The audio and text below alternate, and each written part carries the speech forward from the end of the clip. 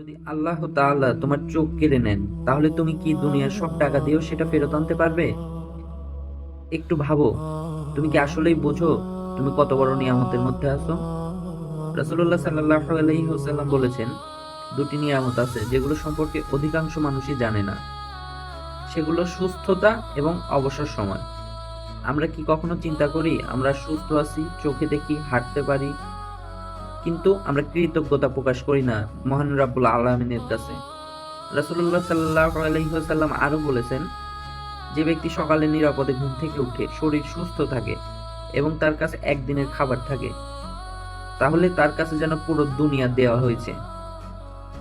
কিন্তু আমরা কি করি? আমরা বলি আমার এটা নাই, আমার ওটা নাই, আমার এটা লাগবে। একবার ভাবো তো, একজন মানুষ হাসপাতালে শুয়ে আছে, সে শুধু একটা জিনিস চায়, আল্লাহ আমাকে সুস্থতা দান করো। আর তুমি সুস্থ